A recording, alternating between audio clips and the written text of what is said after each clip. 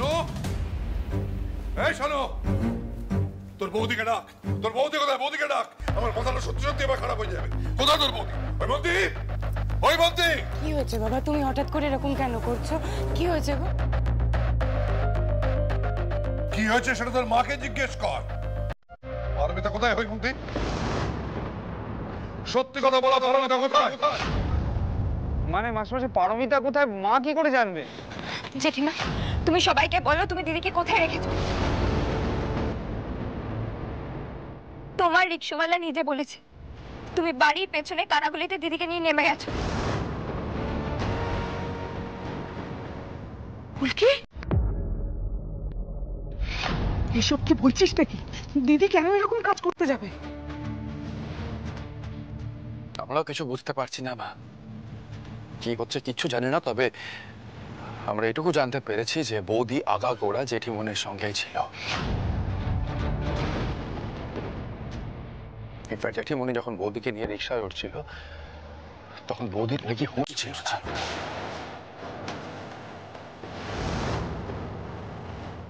প্রথমে ওই রিক্সা চালক লোকটি মিথ্যে বলেছিল মাস্টারমশাই, তারপর আমার ইনফরমাররা খবর জোগাড় করেছিল বলে সত্যিটা জানা গেল।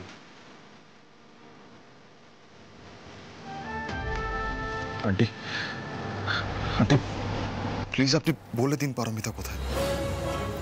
আপনি একমাত্র বলতে পারবেন ও কোথায়।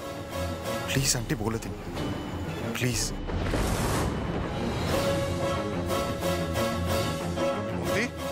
তোমার কানে কথা ঢুকছে না? এখনো মুখ বুজে দাঁড়িয়ে আছো? পারমিতা কোথায়? তোমার কাণ্ড কারখানা নিয়ে আমি পরে কথা বলবো, কিন্তু এখন বলো পারমিতা কোথায়? কি হয়েছে ওর? বলবো না।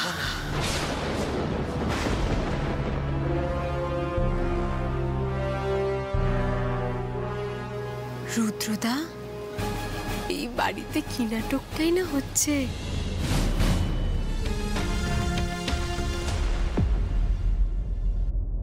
শানু, তোরা দেখ কি করতে পারিস।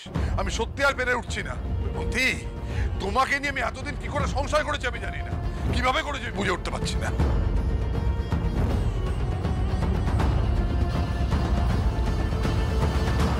আমিও বুঝতে পারছি না মাস্টারমশাই, তুমি নাকি একজন জনদরদি নেতা, একজন মায়ের কষ্ট বোঝো না আর অন্যের কথা ভাবছো।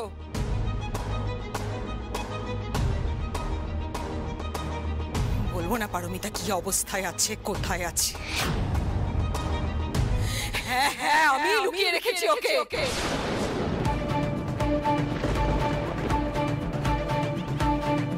সে আমার তথার বউ ছিল, তথার বউই থাকবে। আমার ছেলেকে ঠকিয়ে অন্যের বউ হতে আমি ওকে দেব না।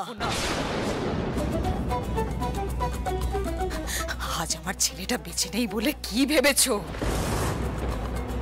যা খুশি তাই করবে? এতই সহজ না? তথার মা এখনো বেঁচে আছে।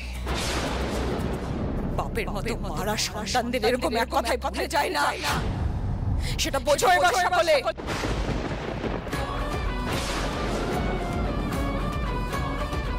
শুনছো? যাও না, মাকে গিয়ে একবার বোঝাও না। হ্যাঁ হ্যাঁ হ্যাঁ, বলছিলাম কি মা, তুমি বুঝতে পারছো না?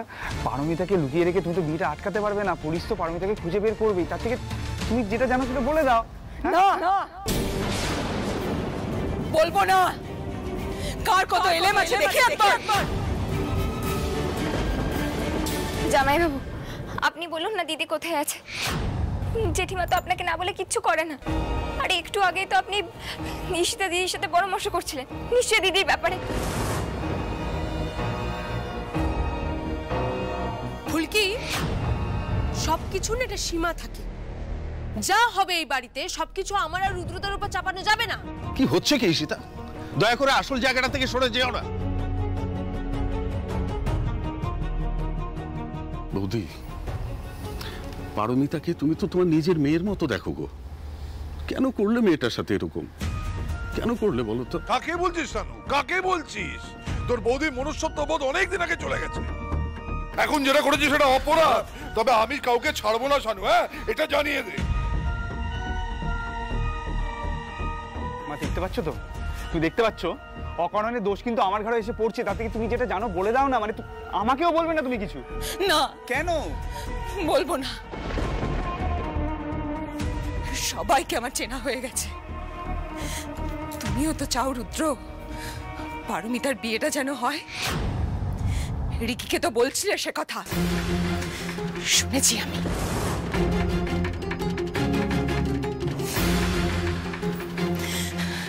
আমি গেছিলাম তোমার কাছে পরামর্শ করতে। সেখানে গিয়ে কি দেখলাম যে তুমিও আমার কষ্টটা বোঝো না।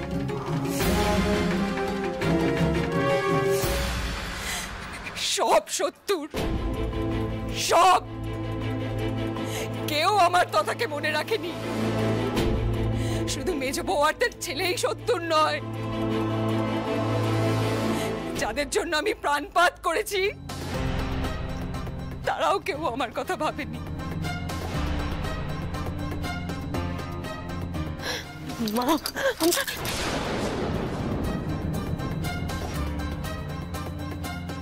চিনতে পারছি না বাবা, এই মাকে আমি চিনতে পারছি না।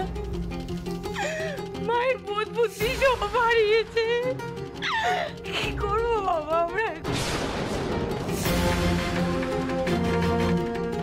দিদি কাঁদিস না, কাঁদিস না, কাঁদিস না, শান্ত হ।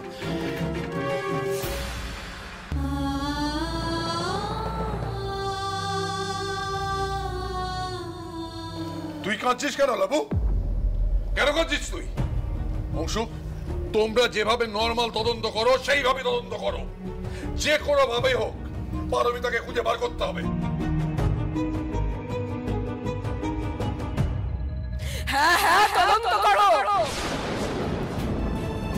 পুলিশ প্রশাসন সব এক করে দাও। অ্যারেস্ট করো আমাকে।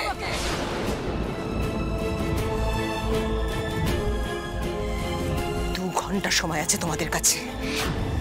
বিয়ের লগ্ন শেষ হতে আর ঠিক 2 ঘন্টা বাকি।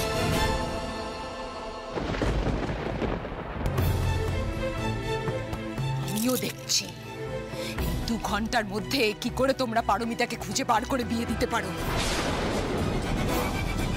এই বিয়ে আমি হতে দেব না, কিছুতেই না, কিছুতেই না।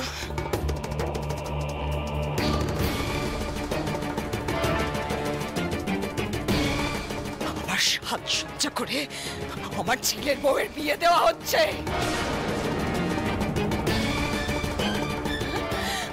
আমার ছেলেটা তার মানে সব দিক থেকে বঞ্চিত হবে।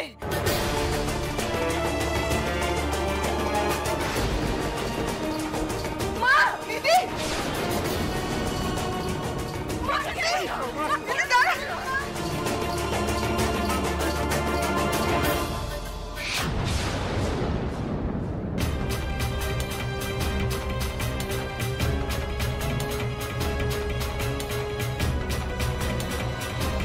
কি করছো নাকি? এত বড় অমঙ্গল হতে দিও না। একদম জ্ঞান দিতে আসবে না মেজে বউ, একদম জ্ঞান দিতে আসবে না। যা করছি না অনেক জ্বালাই করছি।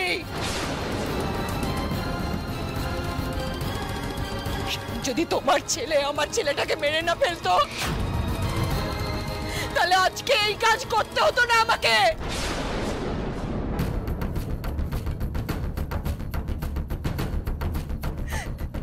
আমি পুত্র শোকটা নিয়েই ছিলাম। এখন তোমার ছেলে বৌমা ওই মাস্টারমশাইয়ের সঙ্গে হাত মিলিয়ে আমার ছেলেটাকে একেবারেই ভুলিয়ে দিতে চায়।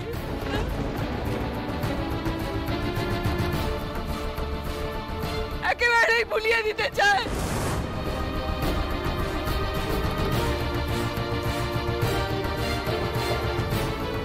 রোহিত রোহিত রোহিত রোহিত, মাথা ঠান্ডা কর ভাই, মাথা ঠান্ডা কর। চল উপরে করে চল। দেখ দেখ দেখ, তুই এখানে থাকলে নিজেকে সামলাতে পারবি না। প্লিজ প্লিজ প্লিজ উপরে করে চল। রোহিত করিস না এগুলো, মাথা ঠান্ডা কর।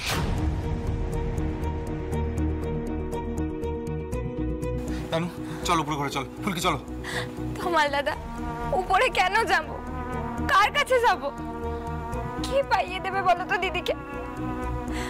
মা কালীকে সেই কখন থেকে ডাকছি, জানো তো?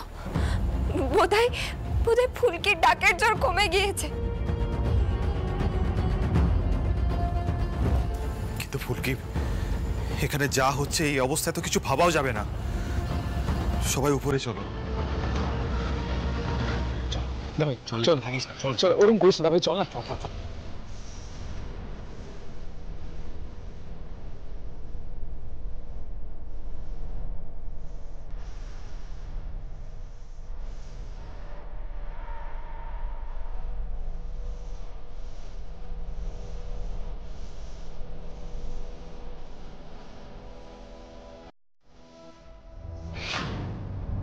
এ বিয়ে হবে না, কিছুতেই না।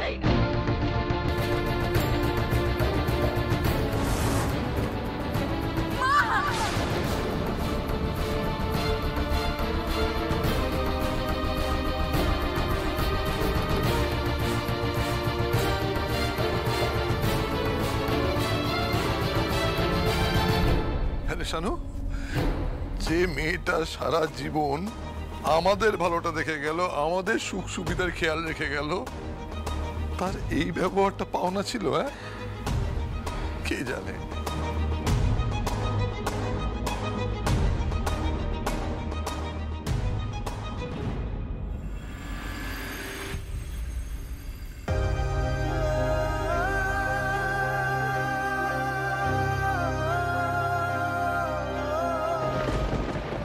এই অংশধা, এরকম চুপ করে বসে গেলে কেন? বৌদিকে তো খুঁজে বের করতে হবে আমাদের। জেঠি মনে চাই কি করেছে বুঝতে পারছি না, কিন্তু বৌদিকে তো খুঁজে বের করতে হবে অংশধা।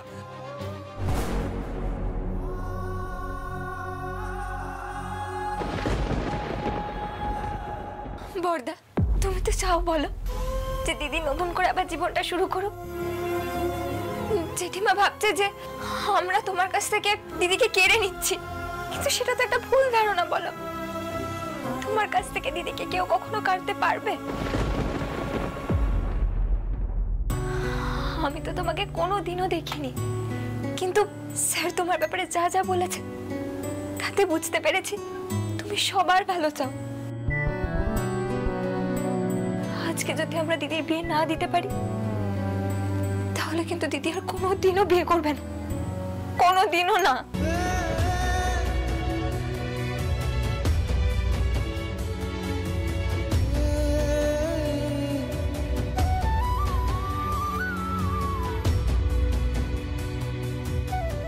দাদাকে এই কথাগুলো বলে কি লাভ হবে ফুলকি?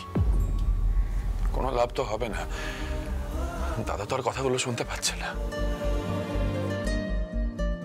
দাদা থাকলে আজকে এই দিনটা আমাদের দেখতেই হতো না। চলে এসো। অংশধা ওঠো, অংশধা ওঠো ওঠো, এভাবে ভেঙে পড়লে তো চলবে না। দেখো একটা জিনিস ক্লিয়ার, জেঠি মনের মাথার ঠিক নেই, কিন্তু বৌদিকে তো খুঁজে পেতে হবে অংশধা। তার চেয়ে বরং ভাবো জেঠিমণি বৌদিকে কোথায় লুকিয়ে রাখতে পারে। আমি এতক্ষণ ধরে সেটাই ভাবার চেষ্টা করছিলাম, কিন্তু কিছুই ঠিক করে মাথায় আসছে না আমার। আন্টি পারমিতাকে নিশ্চয়ই কিছু খাইয়েছিলেন। বৃষ্টিস তো খাওয়াবে না নিশ্চয়ই।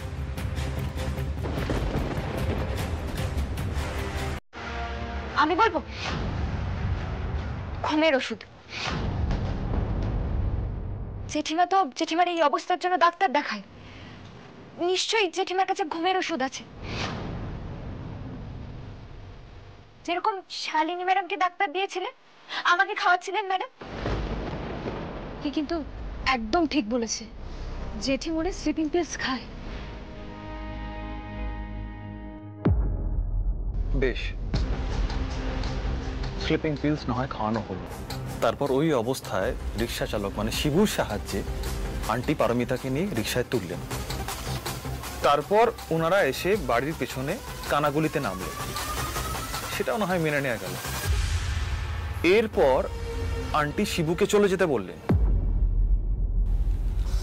ধরো আমি শিবু দাদা, আমি দুজনকে কানাগলিতে নামিয়ে দিলাম, তারপর ওই দুজন কানাগলি থেকে অন্য জায়গায় গেলে সেটা তো আমার চোখে পড়ার কথা, তাই না? একদম ঠিক ফুলকি, চোখে পড়ারই তো কথা। তাছাড়া জেঠিমনির পক্ষে বৌদিকে ওরকম অচেতন অবস্থায় কতদূর নিয়ে যাওয়া সম্ভব? আর কোনো সাহায্য পাওয়ার কথা নয়, শিবুদা চলে গেছিল স্পট থেকে।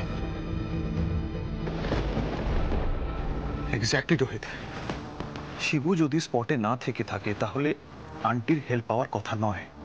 আর আন্টি একা পারমিতাকে নিয়ে ওই অবস্থায় কত দূরই বা যেতে পারে? তার মানে পারমিতাকে কানা গুলিতে লোকানো হয়েছে। আমাদের এখনই যাওয়া উচিত। এক মিনিট কানাগলিতে বৌদিকে কোথায় লুকোবে জেঠিমনি? It's just a blind lane, কিছু নেই ওখানে। রাস্তা গা ঘেঁষে আমাদেরই বাড়ির বাউন্ডারি ওয়াল। আমি একবার গিয়েছিলাম রথ বের করতে, আর একবার গিয়েছিলাম পালাতে। সত্যি তো ওদিকে কিছু নেই। তার মানে আন্টি পারমিতাকে রায়চৌধুরী বাড়িতে লুকিয়ে রেখেছে, কিন্তু কোথায়? না না না না, সেটা কি করে সম্ভব? আরে বাবা, বাড়িতে কোথায় লুকাবে? সেটা হয় নাকি কখনো? তোমাল দাদা, জেঠিমা তো নিজের মধ্যে নেই। দেখো, হারা উদ্দেশ্যে খোঁজ করার সময় নেই আমাদের। সবাই একবার ভালো করে চিন্তা করো। আন্টি এখন সুস্থ স্বাভাবিক অবস্থায় নেই, ছেলের জন্য পাগল হয়ে আছে আন্টি। আর এরকম কেস আমি হ্যান্ডেল করেছি। তাই সবাইকে আমি একটা প্রশ্ন করতে চাই, প্লিজ সবাই একটু ভেবে চিন্তে উত্তর দিও। আমাদের হাতে সময় কিন্তু খুবই কম। এই বাড়িতে তথার কোনো প্রিয় জায়গা আছে? মানে সেটা কোনো ঘর হতে পারে, কোনো কর্নার, কোনো চিলেকোঠারও ঘর হতে পারে। প্লিজ প্লিজ একটু ভাবো, আমাদের হাতে সময় খুবই কম। কত কষ্টে দিদি বিয়ের জন্য রাজি হয়েছিল। এই দুর্ঘটনার জন্য যদি দিদি আর দাদা ভাইয়ের বিয়েটা না হয়। কি দয়া করে এখন কান্নাকাটি করো না, না কেঁদে চিন্তা করো দাদার প্রিয় জায়গা কোনগুলো ছিল প্লিজ। দাদার প্রিয় জায়গা, এই তমাল বল না, কিছু ভাব না।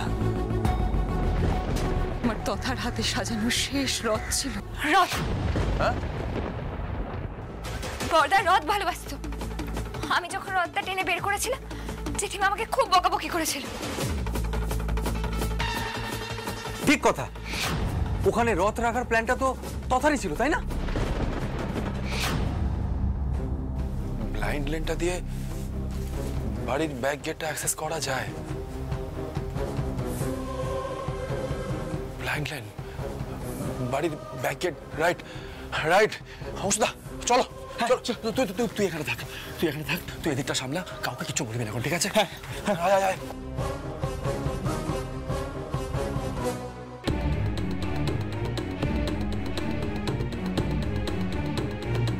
রোহিত, এটাই তো তোমাদের বাড়ি গেট, তাই না? হ্যাঁ। আমার না এখনো বিশ্বাস হচ্ছে না যে আমাদের সাথে এই কাণ্ডটা ঘটছে।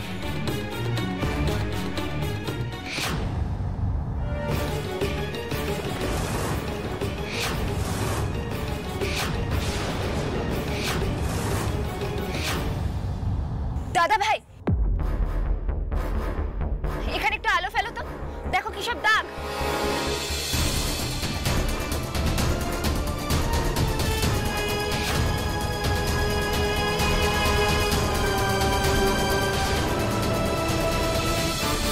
এটা তো গেট খোলার দাগ। আর দেখ দা ভাই, এখানে আরো অনেক দাগ আছে।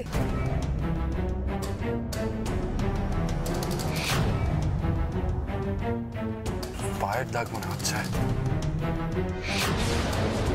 দেখে তো মনে হচ্ছে কাউকে টেনে নিয়ে যাওয়া হয়েছে এখান থেকে। আর পায়ের দাগটা ভেতরের দিকেই গেছে। তার মানে আমরা ঠিকই ভাবছি, চল চল চল, ভেতরে ঢুকি, চল। চল মাকালি, চল।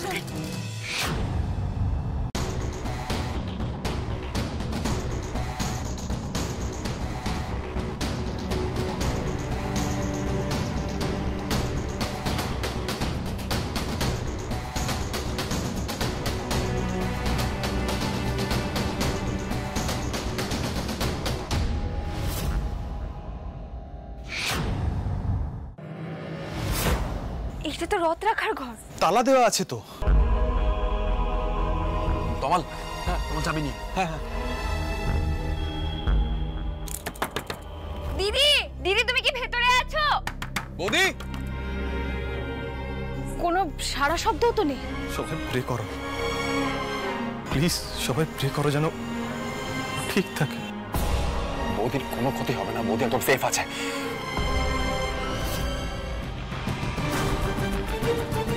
এই যে চাবিটা। জন্মকালী জন্মকালী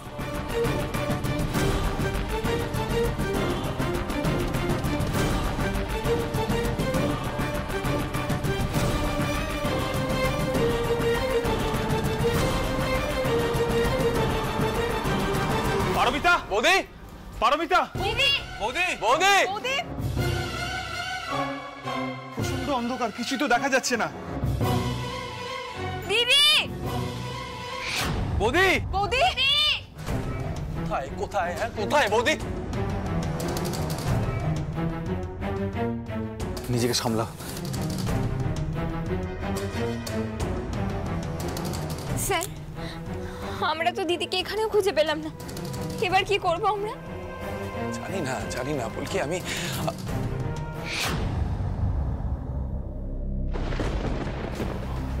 অংশুদা ওটা কি?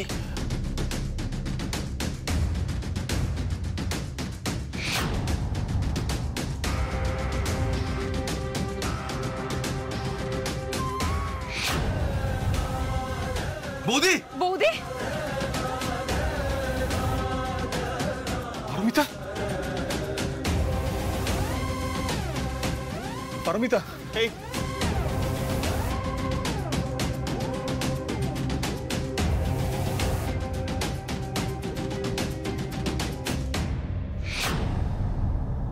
She's alive. She's alive.